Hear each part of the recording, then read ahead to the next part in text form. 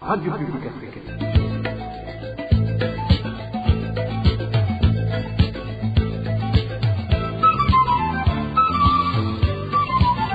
Radio Publique Africaine.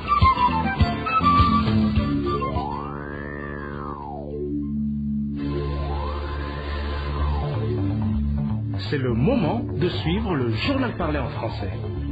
À la présentation, Josiane Mouzaned. Au sommaire de cette édition, commémoration ce 5 février du 32e anniversaire de la charte de l'unité nationale, une charte que bon nombre de Burundais accusent le parti au pouvoir, le CNDD-FDD, d'avoir foulé aux pieds.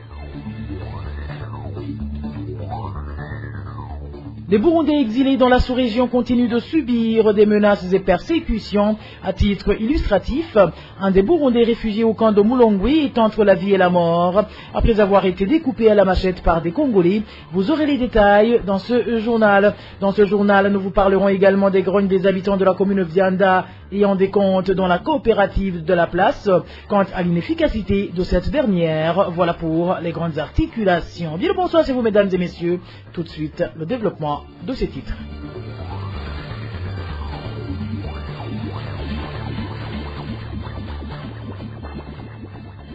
Rebonsoir. Sécurité pour commencer. La communauté est-africaine ordonne le cessez-le-feu immédiat par toutes les parties en conflit à l'est de la République démocratique du Congo. Dans un sommet extraordinaire tenu hier à Bujumbura, l'organisation régionale a exigé le déploiement des troupes supplémentaires. Émile Niwasumba. Les pays qui avaient déjà déployé leurs soldats en République démocratique du Congo sont ceux-là même qui sont principalement visés par le nouveau déploiement, selon les conclusions du 20e sommet extraordinaire de l'EAC tenu à Bujumbura ce samedi. Ici, le secrétaire général de l'EAC, Peter Matuki, dit ceci: les pays contributeurs des troupes se sont convenus de le faire dans les brefs délais. C'est principalement le Soudan du Sud, l'Ouganda et le Burundi.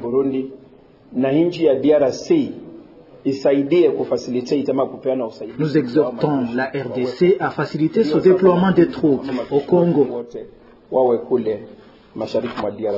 Les chefs d'état-major des armées des pays de la communauté est-africaine se rencontreront ensuite dans une semaine pour organiser ce nouveau déploiement. Ces chefs des armées fixeront aussi un calendrier de retrait des parties en conflit parce qu'au cours du sommet, les chefs d'État ont également ordonné un cessez-le-feu immédiat sur tous les fronts. Il s'agit ici principalement de la guerre qui oppose l'armée congolaise aux rebelles du M23, les rebelles qui ne cessent de conquérir de nouvelles localités aux alentours de Goma, le chef-lieu de la province du Nord Kivu. D'autres retraits visent les groupes armés étrangers. Il s'agit notamment des Rwandais des FDLR, des Burundais de Red Tabara et des ADF originaires de l'Ouganda. Parallèlement à ces déploiements et retraits, les chefs d'État de l'East African Community précisent dans leur communiqué qu'un dialogue va être mené entre les parties en conflit. La communauté est-africaine demande aussi à toutes les parties concernées de respecter leurs engagements de toutes les rencontres relatives à la recherche de la paix à l'est de la République démocratique du Congo.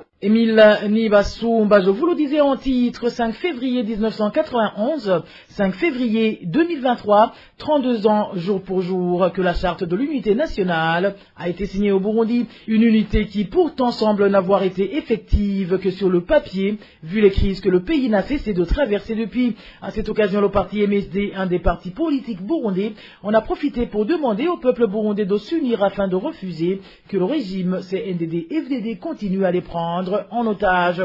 Dans un communiqué rendu public ce 5 février 2023, Alexis Sinduhidje, président du dit parti, indique que cet anniversaire arrive alors que depuis 2015, le régime CNDD-FDD a entrepris de démolir tout ce qui avait permis de rassembler les Barundi, notamment l'accord d'Arusha pour la paix et la réconciliation. Le parti MSD trouve que le pays a beaucoup régressé en matière de démocratie, vu que le Burundi est retourné dans le système du parti-État, ce qui a permis au parti au pouvoir, le CNDD-FDD, de mettre sous sa coupe tous les secteurs de la vie nationale, tuant des milliers de citoyens et condamnant d'autres à la prison et à l'exil, pour la simple raison d'avoir défendu ce pacte de l'unité qui n'a jamais été sa préoccupation depuis son accession au pouvoir. Un point de vue partagé par bon nombre de Burundais qui trouvent que les gouvernements qui se sont succédés n'ont été caractérisés par le népotisme et le favoritisme. Suivez le témoignage des Burundais de différents coins du pays qui se sont entretenus avec la RPA à cette occasion.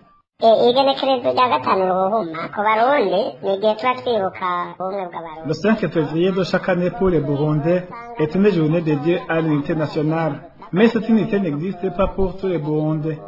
Elle n'existe que pour un petit groupe de généraux qui collaborent et essaient de vivre cette unité entre eux, juste pour piller et voler la richesse du pays.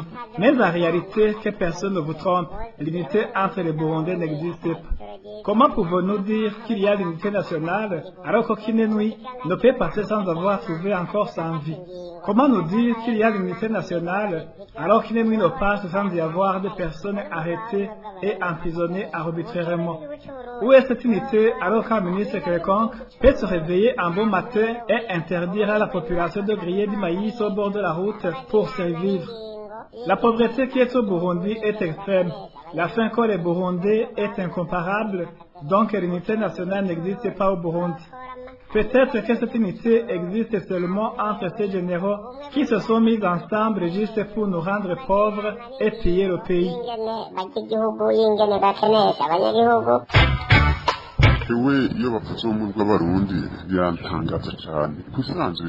Moi, quand on parle de l'unité nationale, cela m'étonne beaucoup. Normalement, l'unité existe entre nous, la population, car nous n'avons aucun problème entre nous. Mais ce qui pousse à dire que l'unité nationale n'existe pas réellement et que les Tutsis ont été remplacés au pouvoir par les Hutus. Aucun gouvernement pour tous les vrais Burundais n'a jamais existé. Durant les années 80 et 90, le pouvoir était en grande partie occupé par les Tutsis et tous les postes stratégiques du gouvernement étaient occupés par les Tutsis seulement. Après le départ des Tutsis au pouvoir, le parti CNDD-FDD a pris la direction du pays. Ainsi, actuellement, les grands postes du gouvernement sont occupés par les Hutus seulement. En 2022, parmi les 10 employés qui ont été engagés dans la BRB, un seul Tutsi a pu être engagé. Les titulaires des centres de santé dans le pays sont tous des Hutus. Les directeurs des écoles sont des Hutus seulement. Nous souhaitons qu'ils comprennent les accords de l'unité nationale. Nous voulons qu'ils soient engagés dans les postes des Burundais seulement, sans discrimination. Et il ne parle jamais de ce président Pierre Buyoya, alors que c'est lui qui a généré l'idée de l'unité nationale. Qu'il se couvre au moins et amène son corps au Burundi, pour qu'il puisse être inhumé dans son pays. Là, nous allons comprendre qu'il y a l'unité nationale.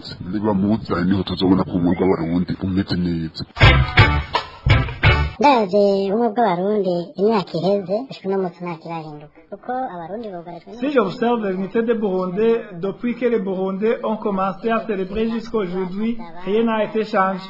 Ceci du fait que les Burundais sont dominés par la pauvreté et la faim, sans oublier la hausse des prix qui est régulière. Les dirigeants sont caractérisés par le favoritisme. Personne ne peut être libre dans le choix de son parti politique. Et quand il décide d'appartenir à un autre parti politique, qui n'est pas celui qui est au pouvoir, qui est poursuivi et emprisonné. La liberté d'opinion n'existe plus ici au Burundi. Certains médias ont été brûlés et fermés. Même les médias privés qui existent sont dans l'obligation d'être dictés les informations à diffuser. Pire encore, quand ces médias parlent de ce qui ne plaît pas au pouvoir, ils risquent d'être fermés. La population vit dans l'inquiétude. En plus, la pauvreté est extrême. L'étudiant ne termine ses études que pour être sans emploi. Et il n'y a pas d'unité nationale. Frédéric Bamvuginyumvila, ancien vice-président du Burundi, abonde dans le même sens. Il fait savoir que les pouvoirs qui se sont succédés ont toujours cherché à diriger pour une minorité de personnes. Toutefois, ce politique indique que la situation s'est empirée avec l'avènement du parti CNDD-FDD au pouvoir aujourd'hui. Je vous prie de l'écouter. D'abord, qu'est-ce qu'un pays organisé? Dans un pays organisé, il y a des citoyens qui partagent le territoire. Il y a un partage partageant le territoire, ils doivent partager aussi les richesses de ce territoire, permettre que les populations de ce territoire puissent vivre et vivre aisément. Ce pouvoir a la mission de se doter d'une vision nationale qui puisse permettre aux populations de quitter cette situation-là où ils sont pour une autre situation meilleure, ça veut dire en identifiant les hommes capables pour jouer le rôle qui convient. Mais ce qui est arrivé à notre pays, c'est qu'à un moment donné, il y a eu une élite qui s'est déchirée, en fait, qui est entrée dans la course, une course élite Hutu, une élite Tutsi, et en faisant cette course, il est arrivé que l'élite Tutsi arrive en premier et a érigé un système basé sur l'ethnisme. Mais c'était une explication trompeuse parce que je ne peux pas dire que même s'il y avait 3 présidents d'une même colonie de recensement, et ils ont promu, quitte à ce que tout le monde qui vivait là-bas était à l'aise, ils ont structuré le pays, quitte à ce qu'ils puissent empêcher que tel groupe puisse accéder à ceci. Ça, c'est en fait, ça veut dire une majorité exclue qui ne dirigeait pas, et ça devait causer des problèmes. Donc voilà. Et la question qui s'est posée quand Dadaï est venu pour essayer de corriger cela, des gens qui étaient dans cette zone de confort pendant des décennies, ils ont dit ce n'est pas possible, il faut absolument le liquider, comme cela nous récupérons notre pouvoir. C'est ça le combat entre le Fodébou et le Proda. Donc, autrement dit, cette unité a été gâchée de la sorte. Aujourd'hui, les gens qui cherchent à vivre comme une petite minorité au sommet de l'État essayent de tout faire pour rester le plus longtemps possible au pouvoir. Il y a des éléments utilisés, c'est justement la force moyenne des échos de la forêt, c'est pour calmer le pays, pour que personne ne puisse tenter de changer la situation dans le pays. Donc le CNDD-FDD repose sur ça. Ils sont capables de rien comprendre où se trouve l'intérêt général et laisser de côté ces gens qui mettent en avant les partis politiques et que les richesses de cette population doivent être fructifiées ensemble.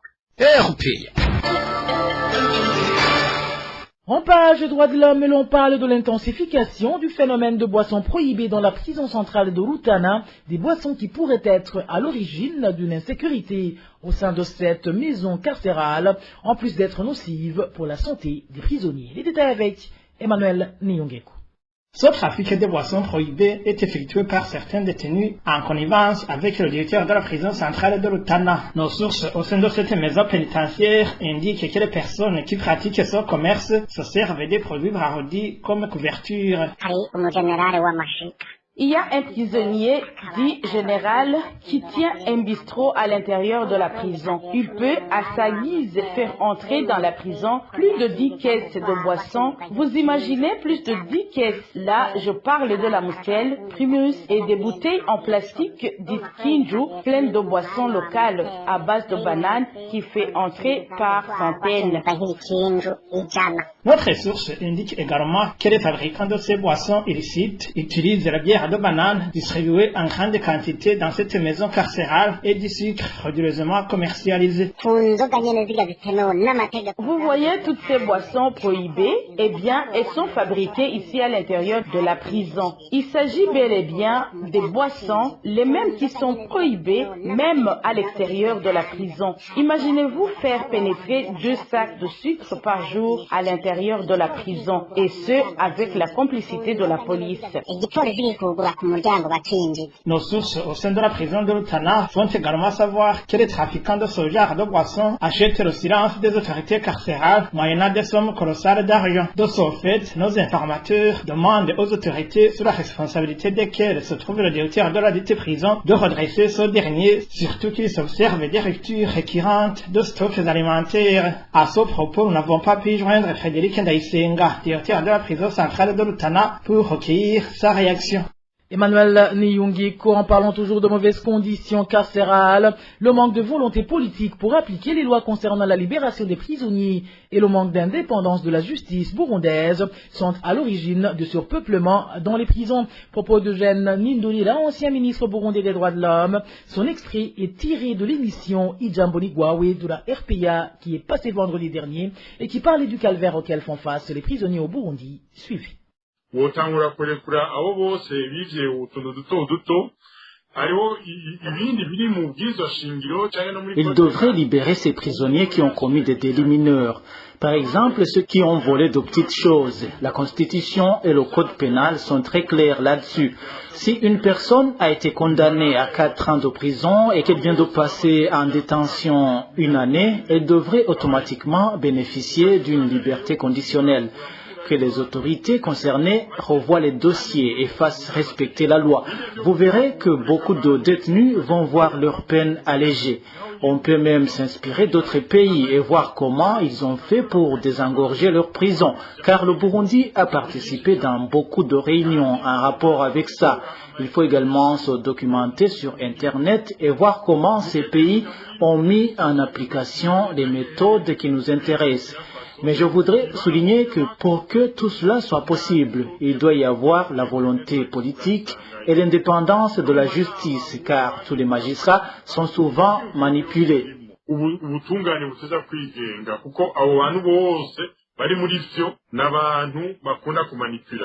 Cet ancien membre du gouvernement burundais fait également savoir que tout Burundais, les prisonniers y compris, peut porter plainte contre le gouvernement chaque fois que leurs droits sont violés. Encore une fois, le ministre Eugène Nindolela.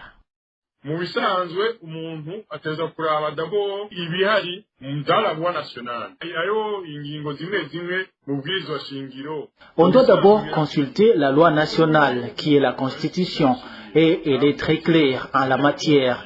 J'ai dernièrement entendu le président de la République, Ndayishimiye, dire que personne ne peut porter plainte contre l'État, comme ce dernier ne peut pas être injuste. C'est archi faux.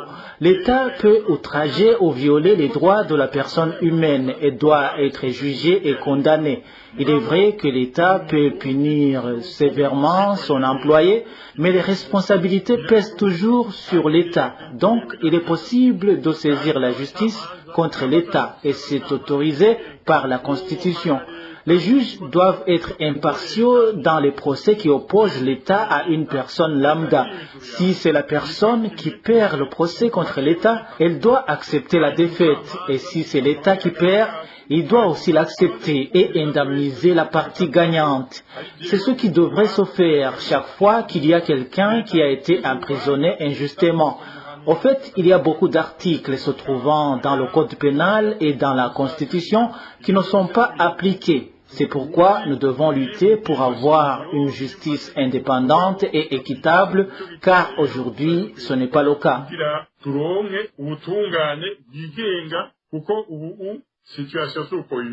Signalons que dans les 11 prisons que compte le Burundi, plus de 12 000 prisonniers y sont détenus, alors que leur capacité d'accueil ne devrait dépasser 45 000 places. Parlons à présent en gouvernance où les habitants de la zone Ruziba en commune Mugina de la province Chibitoke s'insurgent contre les contributions forcées soi-disant destinées aux frais de déplacement de leur nouveau chef de zone. Cette population estime que cet argent constitue une lourde imposition, surtout qu'elle fait actuellement face à une pauvreté sans nom. Marie-Angela Kozé nous fait le point. L'autorité en question se nomme James Nakirutimana et est le chef de la zone Ruziba située en commune Mugina de la province Chibitoke. La population locale indique que cet administratif leur oblige de contribuer chaque semaine de l'argent pour ces déplacements, un montant que ces citoyens trouvent exorbitant et sans objet. Au cours d'une réunion, il a publiquement déclaré qu'il ne peut en aucun cas se déplacer à pied, alors que c'est une autorité. Il a par la suite décidé de collecter au sein de la population une somme de 100 francs par ménage, une fois la semaine. Nous avons essayé de faire le calcul et nous avons constaté que sur la population d'environ 6 000 qui constitue l'ensemble des habitants des 3 collines, Ruziba, Rushima et Chamakombe, il a amassé beaucoup d'argent par semaine. Nous avons trouvé que l'argent qu'il reçoit par mois s'évalue en termes de millions de francs. De plus, les habitants de la zone Ruziba font également savoir que cette collecte de fonds, le chef de la dite zone fait recours à des actes d'intimidation sous prétexte qu'il est un membre influent du parti au pouvoir, le CNDD-FDD. Il menace les gens qu'il va les emprisonner ou les faire payer des amendes. Il ne cesse de dire que son pouvoir émane du général Prime Nyongabo et que donc quiconque s'opposera à ses décisions aura de gros ennuis. Cette population explique donc qu'elle ne comprend pas la légitimité de ces contributions. plus particulièrement dans cette période où ils vivent une situation d'extrême pauvreté et de famine. Nous pensons même que ces autorités hiérarchiques ne sont pas au courant de l'existence de cette collecte, mais de son côté, il explique qu'avec cet argent, il pourra également aider les personnes défavorisées. Nous nous demandons s'il n'y a pas de loi qui régisse les collectes de fonds. Tenez, des fois, nous manquons du sel pour mettre de la nourriture. Dans notre localité, les cultures que nous avions plantées ont récemment été détruites par la grève et les enfants ne vont plus à l'école à cause de la famine. Révoltés, les habitants de la zone Ludziba demandent aux autorités communales et provinciales de mettre fin à cette collecte d'argent qu'ils jugent sans fondement. La rédaction de la RPA a essayé de joindre James Nakirutimana, chef de zone Ludziba, de même que Julien Daihaya, administrateur de la commune Mugina, mais sans succès. Marie-Ange Ilakodze de Chibitoke Cap sur Bururi pour parler cette fois-ci des grognes des clients de la coopérative d'épargne et de crédit située en commune Vianda. Ces derniers accusent l'unique employé que dispose cette COPEC de favoritisme et d'incompétence, ce qui leur fait perdre un temps précieux qu'ils pourraient consacrer à autre chose. Le point avec Onésime Dushimagit.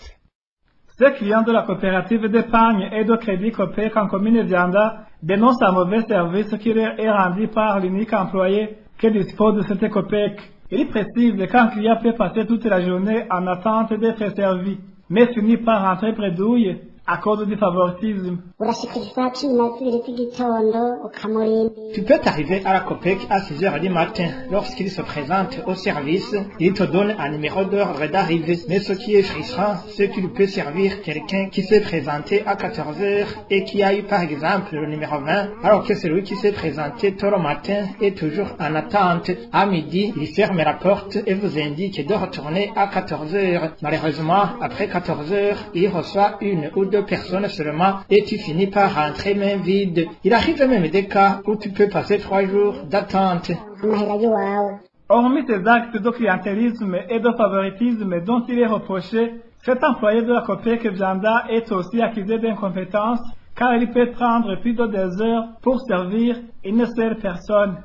Non seulement les clients ne sont pas servis à temps, mais aussi ils perdent le temps qu'ils avaient consacré à autre chose, regrette l'un des clients de cette COPEC.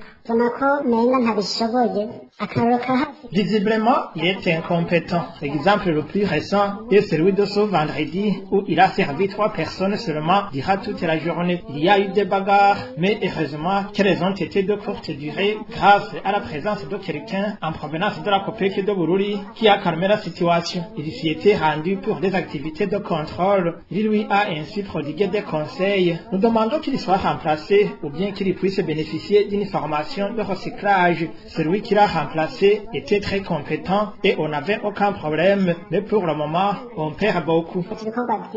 La rédaction de la RPA n'a pas encore pu joindre les responsables de la COPEC en province de Bururi pour savoir ce qu'ils envisagent de faire à propos de ces grognes des clients de la COPEC de viande. Parlons à présent société où la problématique des enfants en situation de rue est intimement liée à la sécurité du pays, raison pour laquelle le gouvernement devrait s'atteler à lui trouver une solution durable. Réaction du président de la Ligue Gitega, après que les habitants de la ville de Gitega en province Gitega aient alerté les administratifs et la police sur les délits et infractions continuellement commis par ces enfants. Ancien Nicoya Guidze rappelle que parmi ces enfants, il y a des adultes qui pourraient aller jusqu'à commettre des crimes suivis. Le gouvernement devrait trouver une solution durable pour ces enfants de la rue. Aujourd'hui, on les appelle des enfants de la rue, mais ce sont des hommes de la rue, parce qu'il y en a qui sont majeurs. C'est pourquoi, pour nous, à la Ligue TK, nous demandons au gouvernement du Burundi de trouver des métiers pour ces jeunes gens, afin de protéger la population, parce que demain ou après-demain, ils seront en danger public. Déjà, c'est commencé, donc il y a qui viole des femmes, des filles, et qui volent des biens pour la communauté. Donc, c'est au gouvernement de protéger la population, c'est au gouvernement de chercher des métiers pour ces jeunes gens, afin de prévenir des crimes qui pourraient suivre. Donc, à la Ligue TK, on insiste, il faut que le gouvernement s'y mette, il faut qu'il fasse une bonne planification pour ces jeunes gens afin de promouvoir l'emploi et protéger la population. Faisons un saut hors de nos frontières à présent pour vous parler du calvaire que vivent les réfugiés burundais. En effet, un des Burundais réfugiés au camp de Mulongwe en République démocratique du Congo a été grièvement blessé à la machette par les malfaiteurs ce vendredi. Une situation qui fait craindre le pire aux autres réfugiés qui demandent la protection du HCR, surtout que même ceux qui essaient de dénoncer ces exactions se voient persécutés. Le point avec Eric Nyonzima. Ce réfugié burundais qui a été grièvement blessé par les malfaiteurs ce vendredi dans le cas de Mulongwe en République démocratique du Congo s'appelle Aksanti Bukuru. Il habite dans le bloc 18 de Soka. L'un des réfugiés de Soka affirme que Bukuru a été blessé au visage à coups de machette par les malfaiteurs au moment où il se rendait dans les champs. Ce réfugié Aksanti Bukuru est parti ce matin avec sa petite sœur à Molindi pour chercher de quoi manger. Arrivé au camp, un groupe de bandits les a attaqués, blessant Bukuru à coups de machette. Pour le moment, il est en soins intensifs à l'hôpital de Molindi. Un parmi les malfaiteurs qui ont blessé Bukuru a été appréhendé. Malgré cela, la paix s'est installée au milieu des Burundais qui ont trouvé refuge dans Soka et ils demandent au HCR de les protéger. Plusieurs Burundais ont été tués, tandis que d'autres sont persécutés par ces gens qui nous ont accueillis. Nous demandons au HCR de protéger les réfugiés ainsi que leurs biens. Nous ne savons pas à quel sein nous vouer, car celui qui dénonce ce qui se passe ici est automatiquement emprisonné. Nous nous sentons abandonnés. Il faut que le HCR intervienne. Le camp de Mulongwe a été créé en 2017 dans le but de désengorger le camp de Lusenda, dont la capacité d'accueil était satire. Les réfugiés burundais accusent le roi qui règne dans cette localité d'être à l'origine du mauvais traitement qu'ils subissent, car il leur a dit qu'ils n'ont rien émené en provenance du Burundi, donc ils retournèrent chez eux sans rien emporter.